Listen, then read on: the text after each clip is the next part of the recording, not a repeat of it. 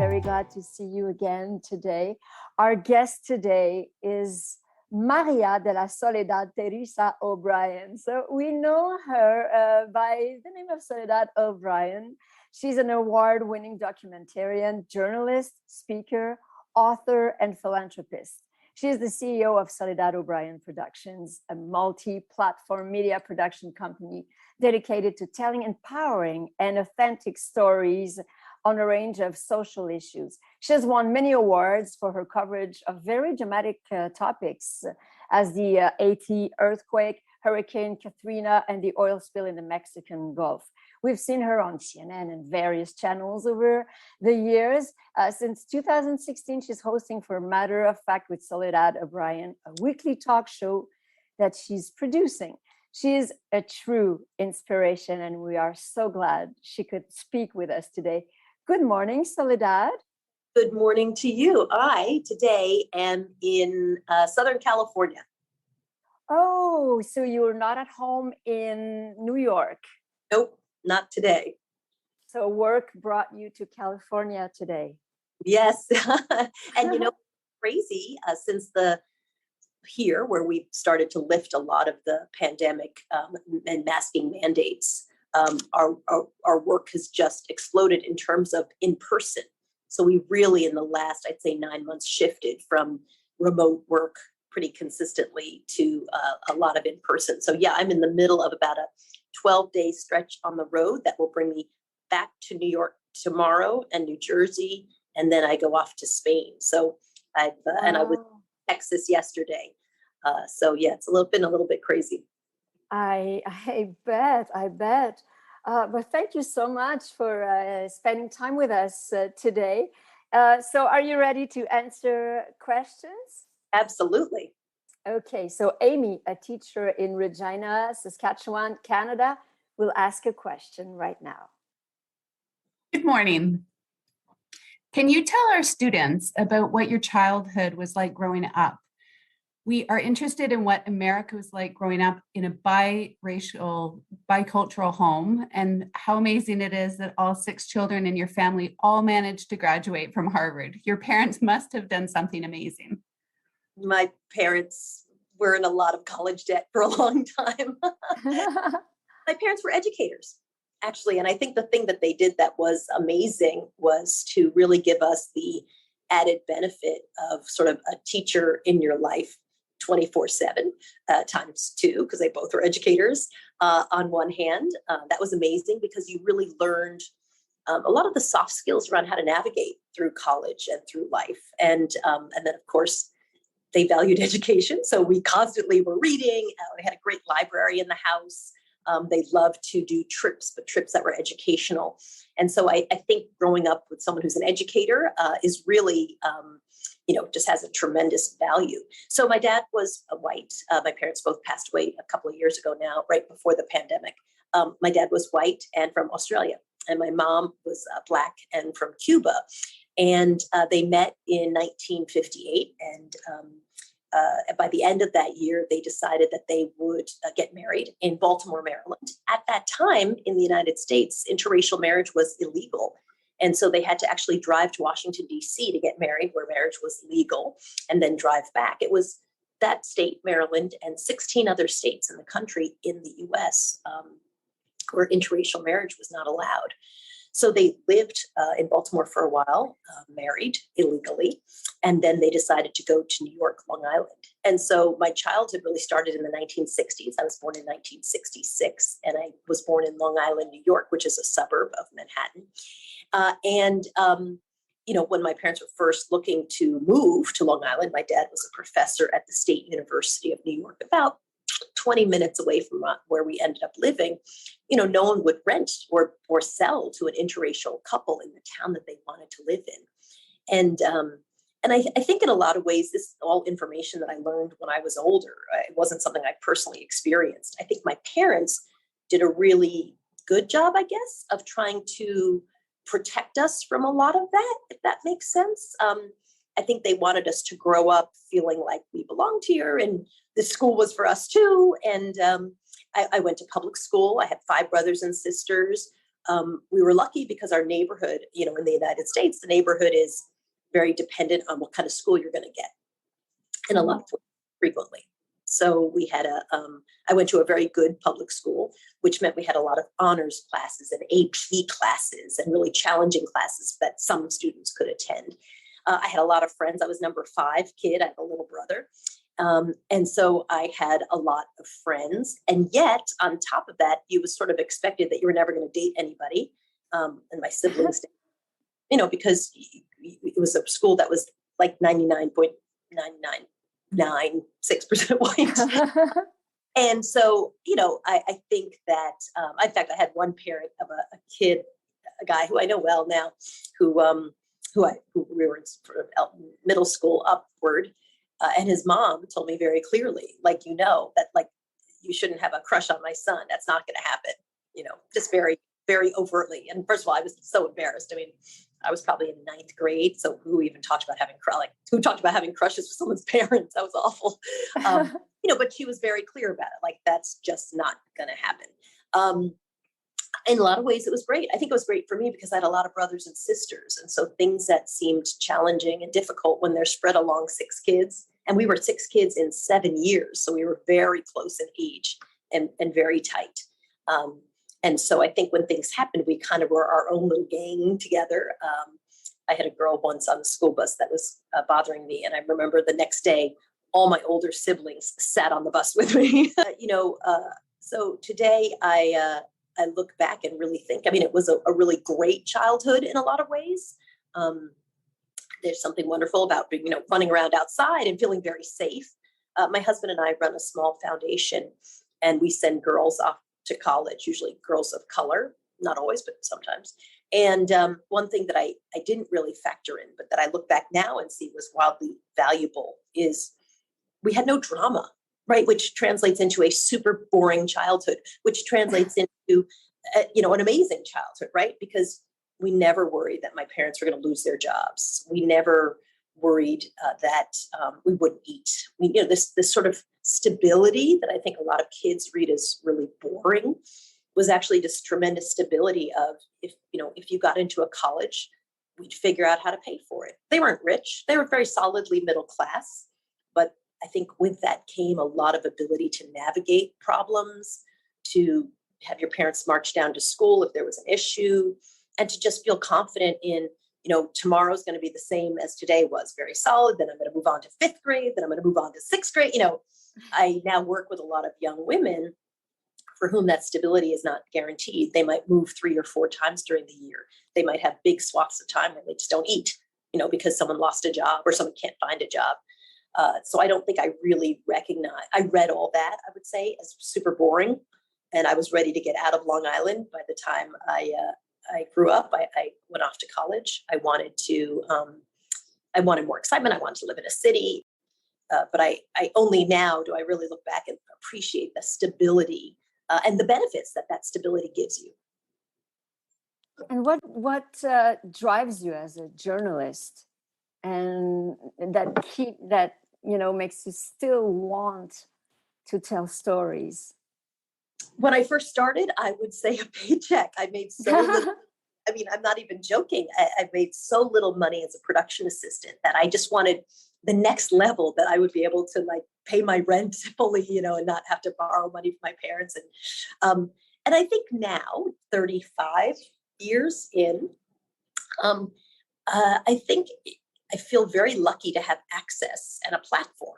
And then I think if you have a platform and if you have that metaphorical seat around the table, then you sort of have to use it. You have to point out stories that are important, that are undercovered. I don't very intentionally report on the Kardashians. That could be my life's work and probably would do pretty well because that does pretty. It's just not what interests me. And it's not what I think is deserving of being elevated. That's important for people to know and watch. God bless them for anybody who's covering that. I hope they're enjoying it. But for me, I think there are other issues that are really, really important. And I want to make sure that those don't get drowned out because they're more complicated or because it's harder for them to find an audience. Mm-hmm. Absolutely. Let's have another question now still from Canada. This is a question from Alvin Buckle School in Saskatoon, Saskatchewan. It's a pre-recorded question. Oh, so cute. Hi, I'm Millie. I'm 11 years old and I'm from Saskatoon. I wanted to ask you, how did you know you wanted to be a journalist? And looking back, can you even believe all that you've managed to achieve in your career? Wow, what a great question. Yes. I didn't know at first. And I think that's pretty typical. I was not one of those. I was actually a person who knew exactly what she wanted to be. And it was not journalism. I was pre-med. So when I was younger, I was what we call it in the US, a candy striper, which meant I did a lot of volunteering at nursing homes and hospitals. I worked in a pharmacy. I did a lot of science-related projects extracurricularly. And even my first years of college, I was pre-med, so I took a lot of science courses.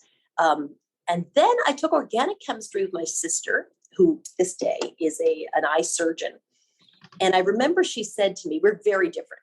She's rolls in at the last minute. I'm in the front row with the 4-color pen. She, sort of she's brilliant. So she can just, deduce every answer. And I have to work very hard to memorize things. And I remember she said to me, we were allowed to write like notes on little cards. She's like, why are you memorizing all this? You should be able to deduce the formula of, and she said, it wasn't this, but like y equals mx plus b. She's like, obviously, there's an x-axis, a y-axis, b is a variable in space. Like, what else could that formula be? Like, you should understand what you're doing versus memorize. And it was a real eye-opener for me because I had actually never even thought about that. Like, I didn't understand it and didn't like, she understood formulas to be able to manipulate them and move them around. And I just didn't at all. And I thought, maybe this is not for me, not just because of the science. I mean, I was a grinder, I could get through stuff, but it was more of do you have a passion for really understanding what you're doing as opposed to, what I thought I was doing, which was I really want to help people. I want to work with people. And so I stopped doing that. And I found a job in television news, a very low level job, getting people's coffee, answering the phone, removing staples from a wall. Really, I know it's a job, believe it or not, woefully underpaid. But I loved it. And I had a sense of really enjoying it in a way that I had never thought about pre-med stuff. Even when I was working in a pharmacy, in a nursing home, et cetera, like I didn't love it. I didn't think I'm removing staples and this is awesome because I just love being in this space. I love being in this room. And that to me was something pretty amazing, to find a gig where you just loved being around people, even if you weren't doing the exact job. And I could look around the room and say like, oh, that's a job I want, producer. Oh, that's a job I want. She's reporting. Oh, that lady over there is anchoring. I like that job. That could be interesting. So it just kind of clicked for me, but it didn't start off that way. One of the questions I think that Haley was asking was about accomplishments. I was able to grow my career kind of steadily. I think I mostly just chipped away at it. So I started off as a production assistant and then became a writer, and then in TV news, which means you're writing a lot of, a 5-alarm fire broke out last night at a quarter of such and such, and overnight. So the skill was both getting all the facts in and doing it really, really, really fast because it was live TV. Then I became an associate producer, and then I became a producer. Then I jumped to NBC News. The first jobs were all in local news. And I became an associate producer and a researcher and kind of a field producer for the medical reporter, mostly because of my background in science and medicine. Then I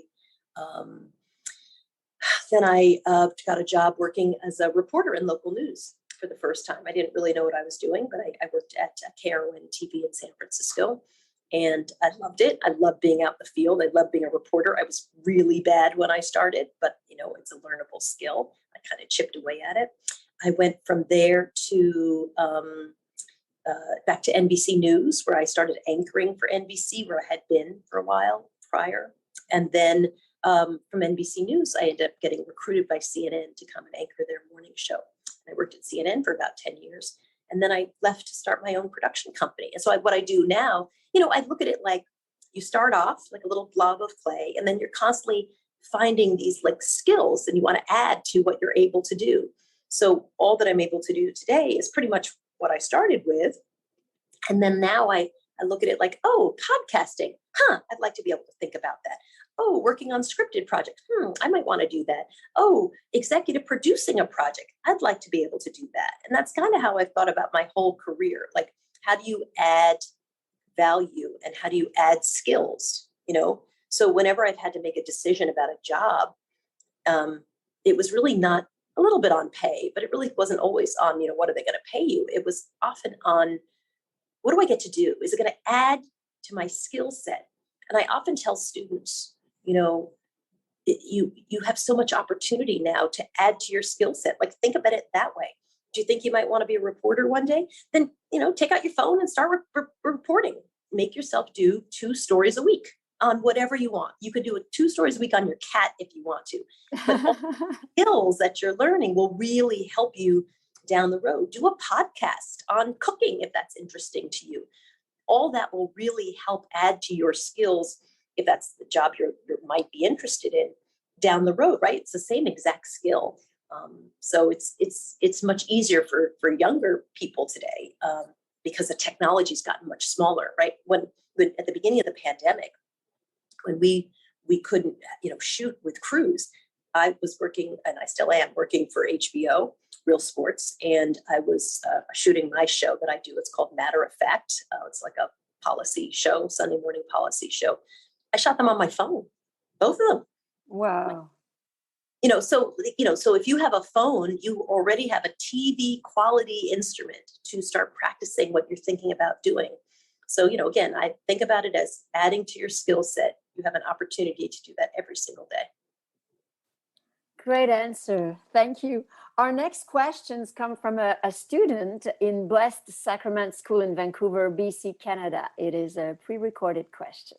Hello, my name is Vivian, and my question is, can you share some of the most powerful stories that you covered in your career that left a deep impression on you? How did you grow as a result? These questions are so good. So luckily, I guess I've had so many great opportunities, and that's what it comes down to, an opportunity to be put in a position to go cover stories. I think probably one of my very first ones where I really learned and grew as a reporter was reporting on Hurricane Katrina here in the United States. It was, I think, for anybody who thought that was a story of just a storm, you'd be woefully mistaken. Because Hurricane Katrina, of course, reporting was about a storm slamming into the Gulf Coast and really, really devastating cities like New Orleans and cities that were in Mississippi, et cetera, et cetera. But really, right, Hurricane Katrina was also the story of a bunch of people who didn't have a lot of access or a lot of power and what happened to them. It was also about leadership and how it failed. It was about housing and who got to move in and who got to move out of better neighborhoods. So it was a lot about policy. It was a lot about poverty. It was a lot about, who has a voice and who does not. So I think for me, as a relatively, I wasn't really a new reporter, but I hadn't been reporting for a very long time. It was one of those opportunities where you say, oh my God, this story is not about a really devastating storm. I mean, of course it is that, but there's much more. And I think as a reporter, anytime you're in a position where you can cover something that's the much more, where you can really bring insight and information to people, it's pretty amazing. I mean, I really felt, it predates everybody with their phones, sort of going to a location. So it really predates that. And that meant that we were often bringing information to people who just didn't know what was unfolding in New Orleans and the areas around New Orleans. As well. So I probably would name that if I had to pick one of my most important stories that was a big story, but also just was a really important story for me formatively as a journalist. It probably would be reporting on Hurricane Katrina. Now, a student in Cloverdale School in Surrey, BC, Canada, has a question for you. My name's Olivia, and I'm on the student council for Cloverdale Catholic School. My question is, who are the most amazing people you've met, and what have you learned from them? Another great question. And the most amazing people I've met, I have found are not often people when they're asked that question kind of tick off the what we call bold-faced names, right? Famous people that they've had a chance to meet. I've interviewed a lot of famous people, partly because I've just been at this a long time, so that kind of happens. But I have to say, and going back to covering Hurricane Katrina and other stories, I think the most amazing people you meet are people who are not necessarily famous or not necessarily the best read or the best educated. They're just people who are very honest about a situation that they're in. And so certainly in Hurricane Katrina, we had a chance to interview a lot of people who I think were very emotional and very, and had almost poetic about describing some of the challenges that they were dealing with. And that has continued even to the show that I do today, which is called Matter of Fact, right? Like, it's never for me the person who's the most prepared, big title, bold-faced name. It's always sort of a human being who's just honestly sharing their story. And because they're being honest, sometimes it's almost like a gut punch. It takes your breath away because they're being very vulnerable. I think that's what makes a good interview, where people feel comfortable to share. I just was in Texas the last couple of days before I flew here to California, interviewing women who have dealt with, assault, and, just to sit down and chat with somebody who's sort of, really struggling to tell their story. They're very, very one. The last person I interviewed said to me, I was going to cancel this morning. Because that's what their day is like. They just don't know. They're very, very scared and very vulnerable. And so I both appreciated that she didn't cancel our interview, but that she also spoke beautifully and thoughtfully. And so people like that impress me the most. It's never really, the famous people, although I have met a lot of famous people. Now we have a question from the United States. It will be asked by Cynthia. She's in the Sullivan IB Middle School in Rock Hill, South Carolina. My question for you is, what is your message for young people about thinking critically and finding accurate information? We feel we are dealing with more disinformation than ever before, and that distinguishing true from false information and resources even has become one of the most serious problems of our time. Yeah, and you feel that way because it's 100% true. It's hugely problematic. So I guess I would say a couple of things. One thing that I've really been working on with young people is just understanding all the different forms of bias, right? So that when you understand there's a thing called confirmation bias, you can begin to recognize it in yourself. Which of course is this idea of like you believe something, and so you're going to gravitate to that thing that confirms the thing you believe. And there are ways to actually work against your bias, because those biases make you very open to disinformation, right? It's coming at you, but it's partly you're also willing to receive it. And you're willing to receive it because we like to hear the things that we already believe. We'd like someone to tell us that thing we think we know. So I have found that even in my own personal life, studying a lot about the different kinds of bias is really helpful, because you begin to get fast at like recognizing, here's where I have a bias, or here's where I'm open to misinformation. And so then I can put up a structure around me, right? Having 3 other people who challenge me, making sure I'm looking for 4 other articles that push back on this so I can really understand the issue. Number 2, again, I think from the side of the receiver, if you will, is to really talk to people. One of the things that you find pretty quickly is that as a reporter, and this would happen all the time when I was a new reporter in local news, right? You land on the scene, you only have a very short amount of time. So you've kind of sketched out what you think your story is going to be. And you get there and everybody's telling you something else. And you're like, oh, this isn't the story at all. It's completely different. And so you really have to talk to as many people as possible, and really, and a wide number, not just the 3, but the 50 people, to really help shape how you understand something. So I think when it comes to gathering information, that's really, really important. Number 3, I would say, there are these trusted sources. Some of the challenge has been that even trusted sources, I think, are sometimes vulnerable because a lot of the misinformation and disinformation comes with a lot of clicks and comes with a lot of engagement, right? So there's a real, sometimes I think, a sense of, if we can play in that, we can get some of those clicks and some of that interest. So I've been really, but I think there are organizations that are consistently very good. I give the New York Times political division a lot of grief sometimes because of where I think they place their stories, but I think they do a very good job in terms of facts. I give CNN a lot of grief sometimes because I work there and I think there are things that they don't do well. But I think when it comes to facts and accuracy, they do a very good job. So I would say figure out, who are your trusted sources as students. And also, feel free to push back on things and say, like, well, I think this doesn't make sense. This doesn't ring true. In terms of the other side, the purveyors of misinformation and disinformation, I think as individuals, there's not a lot we can do. We can push our own elected officials, right, to actually do something about the platforms, because a lot of misinformation and disinformation, again, if it has high engagement, it's going to be very hard to get rid of it because it has high engagement, and high engagement equals, at the end of the day, money in some capacity, right? So why would you kill the goose that lays the golden egg, even if that goose is actually a banana? No one's going to take down something that's very valuable. And so I think that's only going to really come through legislation and how the platforms themselves manage misinformation and disinformation. And then I think for students, go to the source, talk to people. There are people who are experts. There's a big difference, and understand the difference between a person who studies epidemiology, and a person who just feels a certain way.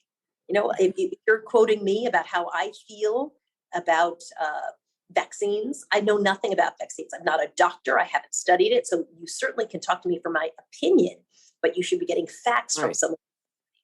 What is your hope for America?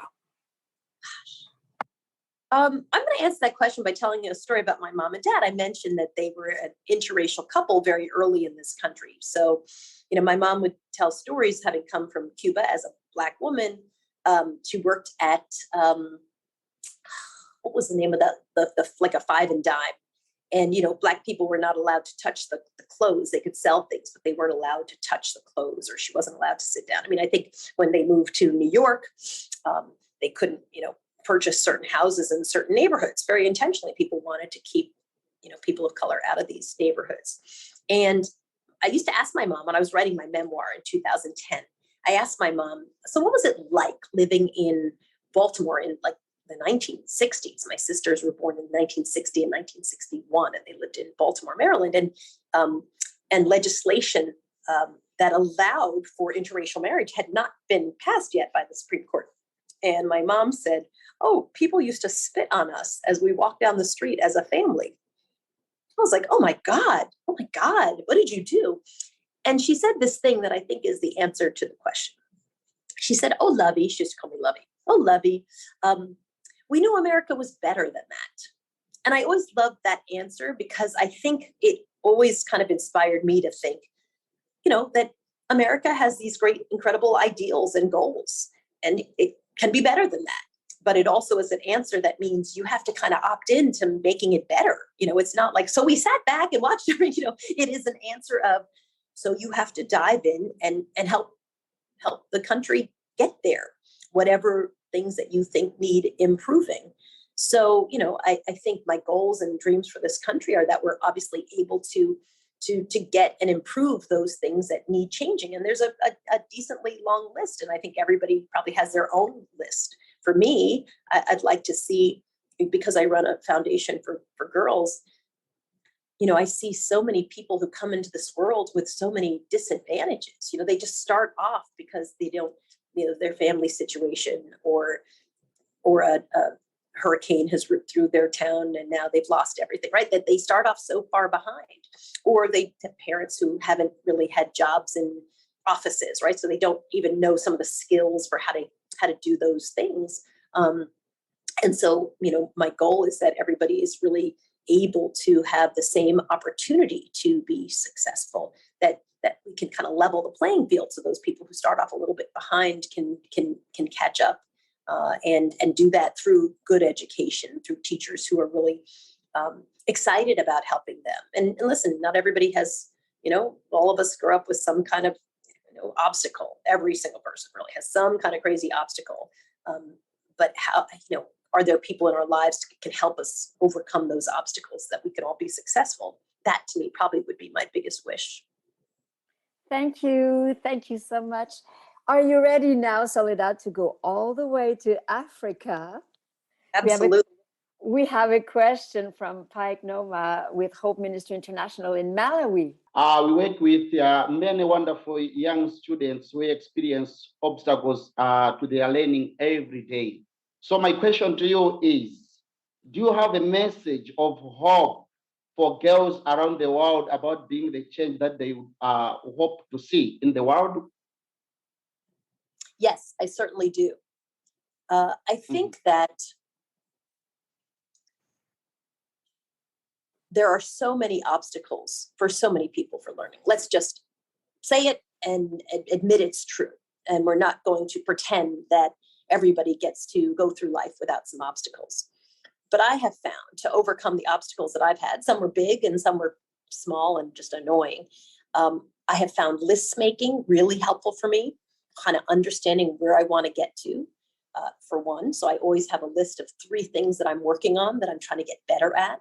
And then I have a list of where I want to be, by the end of this year, and where I want to be 3 years from now, and where I want to be 5 years from now. And I have found that list, even though it changes a lot, really helpful in kind of guiding me. Number 2, I'd say there are so many older people who want to be helpful.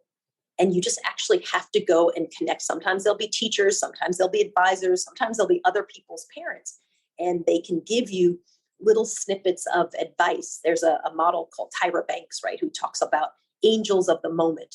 People who, they're not going to be your mentor for life, but in the moment that you need them, they push you in the right direction, or they give you a piece of advice that's very helpful and useful. And so I think for a lot of my career, I've tried to constantly find who is the person who at this very moment can just help me get over a piece of this obstacle, right? I don't, I'm not looking for a lifelong mentor and someone who wants to, connect with me for the next 10 years. Just, I'm trying to solve a thing and I need to move forward. And so I think that comes sometimes to, I am short for money for school. What do I do? Who can I talk to who might say, well, there's a scholarship here, or these people can help you, or here's a strategy that worked for me. So I've always been really amazed at how many people want to be helpful. I think the biggest mistake is to fear that you're all by yourself, that you're out there alone, and no one's there to help you. And in fact, there are a lot of people who can help and guide you. And often there are a lot of people who can help and guide. They may not be the ones who can write you a check. They may not be the ones who have the answer, but often they know a person who knows a person who has the answer. And so that's something that I've really learned in my life. But I think understanding where you want to go, is the biggest thing. You want to have some kind of a goal, a very specific thing listen, I wanted to go to med school for college. I did not go. At some point, I shifted the dream and went to a different direction. But having a path all along meant that I was headed a certain direction. So when I needed to turn off or shift, I could do it pretty easily. And all of those things, I think, whether you're in Malawi or you're in the United States or you're in Canada or wherever you are, that's all good advice that's actionable for any young person. And I think especially for women, it's very easy to get sidetracked. Lastly, I'll say, I have 4 children. One of the things that's very challenging in life to juggle is work and a career and ambition and kids. I would say, put off having children as long as you possibly can. It is really important. It allowed me I had my first child when I was 35, which in America is pretty old, almost. Yeah. Doctors have a chart and they have where they note it and they call you very, very advanced maternal age. Ouch. But, because I didn't have children when I was younger, it really allowed me to do a lot in my career at the beginning without having children. I could travel more, I could build my career. So it's one of the things that I talk to young journalists about here in the United States a lot. Really be thoughtful about who's your partner. Are they ambitious for you if you want to have a career? And really think about when you have children, because it's very, very hard to have young children and also a very viable career. Thank you so much. Now let's reach out to Davina James Stewart, founder of Pennies for Girl. She is in Maryland, USA right now. Hello, Davina. Hi, good morning. So I thought, Hello. Oh, cute. Oh. hi, good morning. So I thought I would share a little fun fact. Soledad, I met you a few years ago at a Global Citizen Festival. So it is truly glad to be here to ask you a question. So my name is Davina James Stewart. I'm the founder of Pennies for Girls. We help young women in a dozen countries with the message that even pennies can make a difference in girls achieving a higher standard of education and building communities. Can you tell us about the powerful foundation you founded with your husband? Yeah, I think in a lot of ways, Pennies for Girls is a similar thing, right? It's this idea that investing in people who are looking for opportunity, even just the act of investing in them, is so important and so powerful. It can really, you need resources, obviously, but you also need the emotional support for young people. It's not all, I used to, for Powerful, when we started after Hurricane Katrina. And I thought, so if you give everybody a chunk of money, they can go to school, and you realize pretty quickly that, yes, absolutely, funding is essential. But people need more than that to be successful, right? They actually need help and mentoring, and they need to figure out how to bounce back from stupid mistakes, which my own children do all the time, and I did all the time, right? Like you need help navigating systems. Money is important. You got to pay your tuition, but you really need a lot of assistance to understand, like, what courses should I take? What should I do here? Something bad has happened. How do I respond? Something amazing has happened. What do I do now to take advantage of that amazing thing? And so we realized pretty quickly that we needed mentoring too, and a lot of sort of support. We've realized in the pandemic that we also need a lot of emotional support. Students, man, it has been tough. I'm not telling teachers anything they don't already know. It's been tough for the teachers, but it's been tough for your students too, right? And so we've really found that our scholars need psychological help. It's been really, really a tough time. So I think very much like your organization, that you actually can make a tangible change by doing, specific things for specific students. And even just the act of investing in their well-being is so helpful because you can move the needle for what they need. I think support has to be tangible. I do not like, hey, best wishes. I'm always like, best wishes, and here are 3 other things we literally need. We need some money to pay for tuition.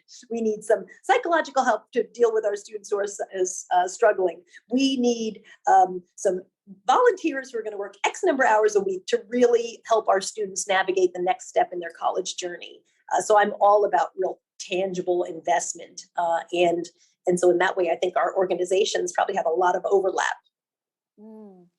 Thank you, Davina. And as you said, there is a lot of work when you are directing an organization like that. And Young Global Citizen is led by children and volunteer teachers who want to fulfill the 17 UN Sustainable Goals. So would you in any way consider providing assistance, advice to our organization? Any resource or advice would be very, very welcome. Yeah, one thing I found in my fundraising efforts was just to be very specific. I'm going to tell you, I don't think most Americans, like if you stop someone on the street and you said, so let's talk a little bit about the Sustainable Development Goals, like they'll have no idea what you're talking about. They won't. If they do know what you're talking about, they'll be able to name 3, possibly. Yeah. So, I think it's about really helping people around, because those goals are obviously so broad. Every single person can connect with at least one of them, right? So what we found in our interest was not everybody wants to help students all the time, but there's certainly some people who really care deeply about STEM. And so find those people and connect them to the young scholars who wanted to learn about STEM. And then they really cared. And again, it led to their wanting to tangibly make a difference. And so I think the more that you can sort of say, here's this specific thing, and this is a specific way in which you can help this specific group of people get to their goal. I think people really want to help, which is amazing. And I think they want to help in a very tangible way. I've seen a big shift in events. People no longer want to support like a gala. I don't know if you guys have seen that too, but here in the US, pre-pandemic, of course, but even now pandemic has kind of put the nail in that, right? Nobody will like, come out and sit with a lot of people indoors. No one's doing that. But even before the pandemic, right? People were like, I don't want to spend money on a dinner. Tell me how I can help 10 students accomplish this. And so we really started moving away from dinners and just connecting to people. And organizations wanted to have their employees connect with those students. And so, it's a bit of work, probably about the same amount of work, frankly, as putting on a big dinner. But I think people feel more connected and feel that they're part of your organization. Some people can only volunteer for a day. Some people can volunteer for years. Everybody has different motivations. But for me, kind of connecting people around what they're passionate about to the students who need that connection was much more successful when it came to support than, hey, will you buy a table at a dinner? Which I think was less interesting for everybody, myself included. So I think you're going to hear from us again. We might reach out maybe for you to help introduce a former or current colleague for interviews or advice for our board. Absolutely, happily. Thank you very much, Soledad. You have been wonderful. In the name of all our young global citizens, thank you very, very much. Thank you, everybody, for being here today. Thank you. Thanks, guys, for having me. What's the baby's name? Her name is Harper. Oh, so cute. Hi, baby Harper. Hi, baby. Future young global citizen. I love it. I love it. Thank you, guys. Appreciate it. Take care. Thank you, Soledad. Bye-bye.